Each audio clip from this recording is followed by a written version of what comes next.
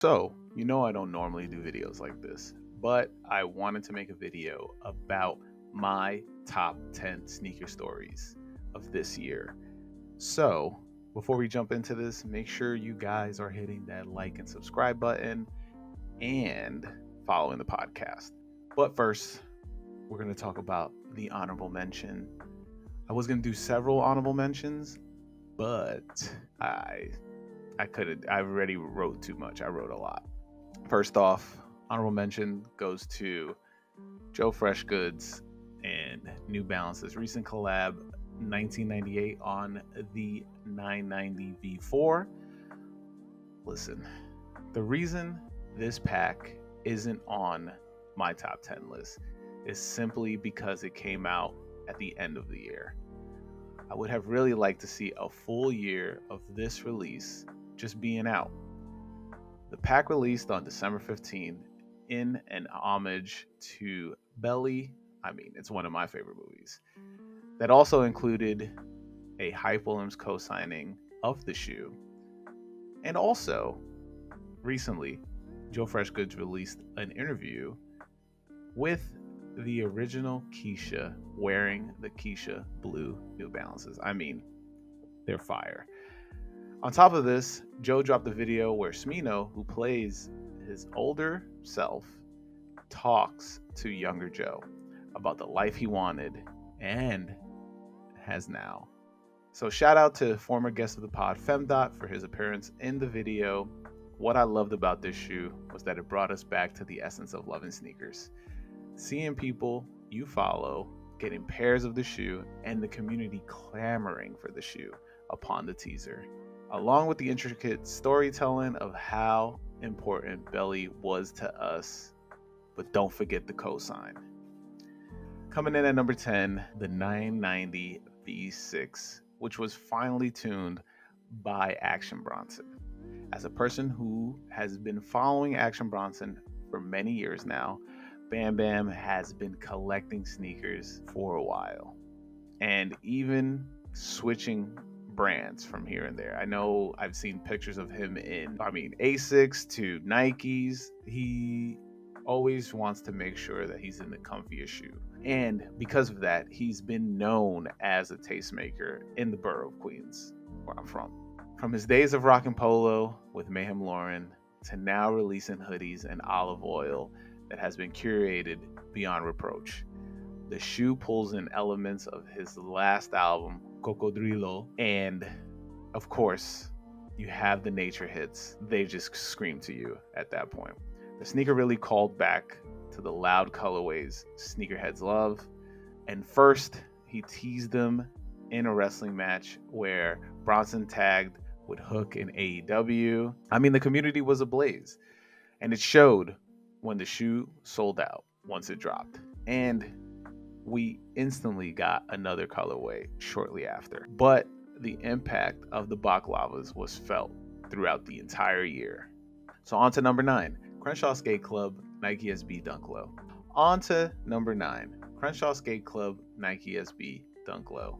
Now, even with my own personal experience when I tried to cop the shoe, I was met with disappointment. But the reason behind Crenshaw Skate Club still rings true. From Crenshaw Skate Club goal of letting people know that skating is inclusive and that representation is important, I just love that Nike SB helped put the brand in the forefront of skate culture. It is currently bubbling, especially in 2023, where we saw lots of collaborations that included brands, but also nonprofits such as Froskate and Douyin. So Crenshaw Skate Club really gave a lot of hope to newer kids who are coming into Nike SBs, but this collab just really wanted to prove that no matter how old you are, as long as you are true to yourself and work hard, you can do amazing things.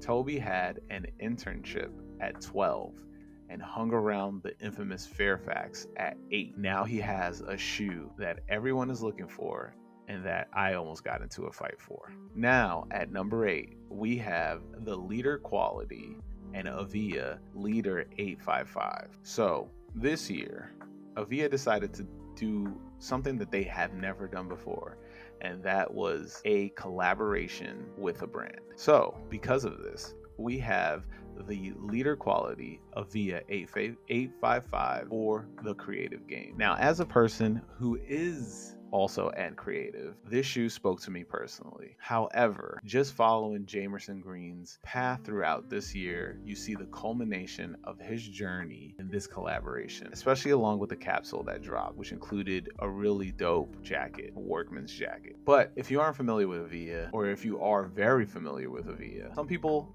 seeing this may know that Avia has 2 different divisions that create shoes. Their overseas production is handled differently than the US version. However, holding these in hand, along with everything that comes with it, the shoe is indeed telling a fascinating story that resonates with anyone who is a creative. Whether you are a creative problem solver to a literal creative director, this shoe just rings true. In the 7th spot, we have Social Status's collaboration with Nike, the Social Currency, and the Silver Linings.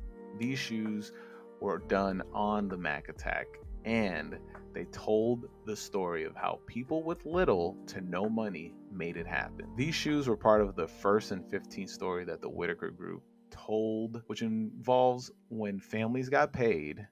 That's meaning the 1st and the 15th. These stories revolve around the American struggle, which is shown in both shoes.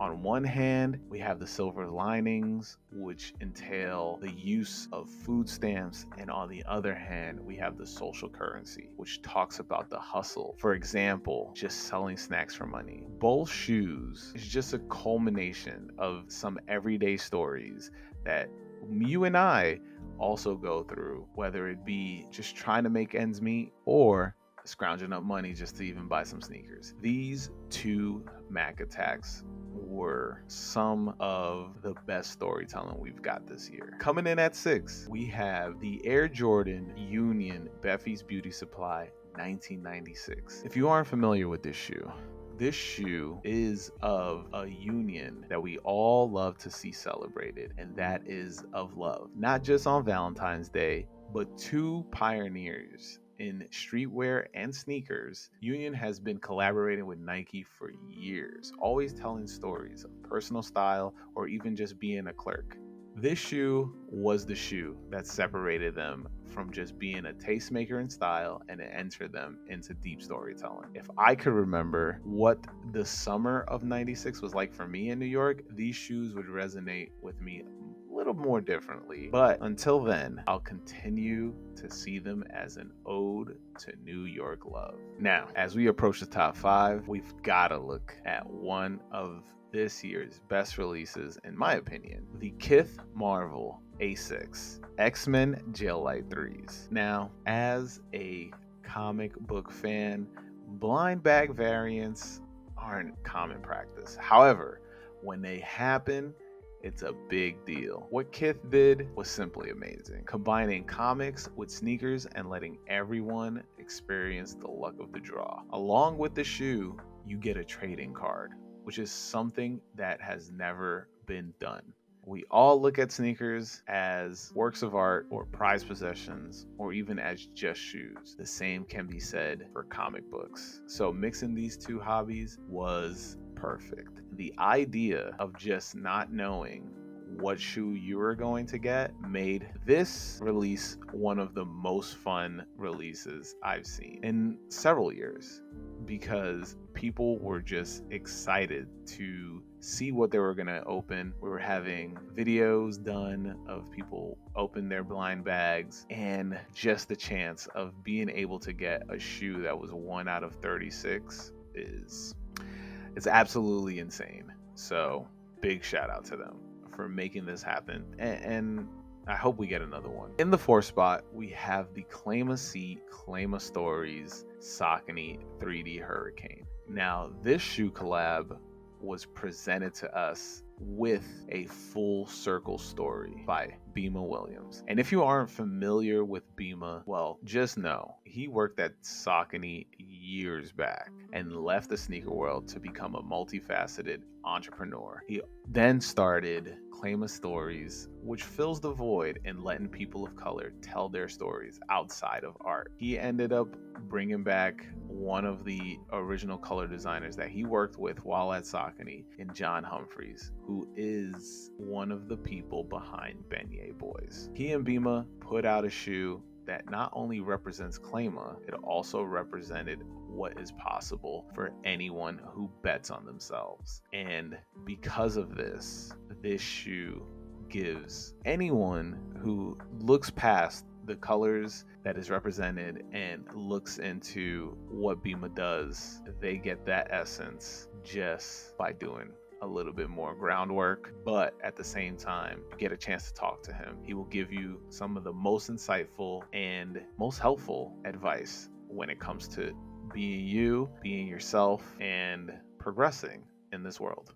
At number 3, we have the Cortez Air Max 95 rules the world. To me, this release was the epitome of shock drop, but also it involved culture.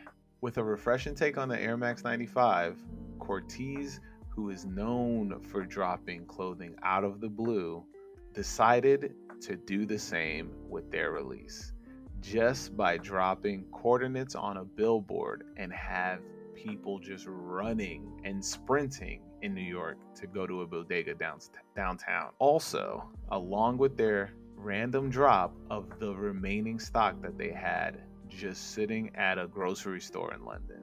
Besides that, the shoe is really built to stand the test of time, and each colorway resembles important cities, since there's 3 of them. I am for one a huge fan of how they incorporated their UK merch drops to their Nike collaboration. This cross-branding of culture is what we need to see more of. So at 2, we have J-Tips and Saucony, Remember Who Fronted Grid Azura 2000, and What's the Occasion Grid Shadow 2. So because of this, I had to put both of J-Tips collaborations at the 2 spot. This is mainly because J-Tips announced himself this year and he put his mark on the game. This is a tall task to do, especially from his first shoe. Utilizing a first come first serve method at a flower shop in downtown Manhattan, to then following up his first shoe with 2 shoes that resemble a time of deciding what to wear to make an everlasting impression. Sneaker culture is entrenched in both of these sneakers, whether it would be using a bespoke design that only he could do on his own shoes, to how he can constantly tease the shoe until it dropped. His excitement was infectious, and you could feel that from the design alone. It is a big moment in sneakers when you get a shoe that just crosses over, that isn't a Nike or Jordan. So that is why it's at number 2.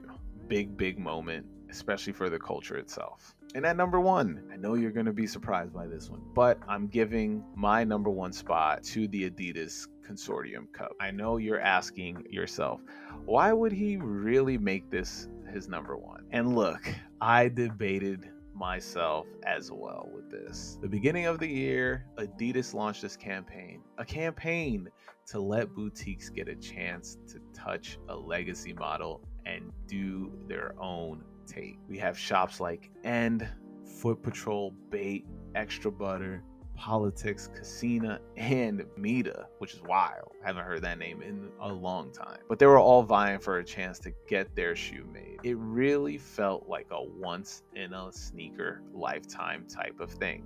We, the community, got to vote on every single round. This felt like we had a chance to witness greatness become created. We ended up with 5 amazing looking Sambas that all told stories. But of course, the one that hit home for me was the story Extra Butter told. Using inspiration from the movie City of God, They elevated the Samba to take you to the beaches of Rio de Janeiro. But this rounds out the best stories told in sneakers this year. If you also have a list, share it in the comments below. And like I said in the beginning, hit that like and subscribe button. And don't forget, wear your kicks. Peace.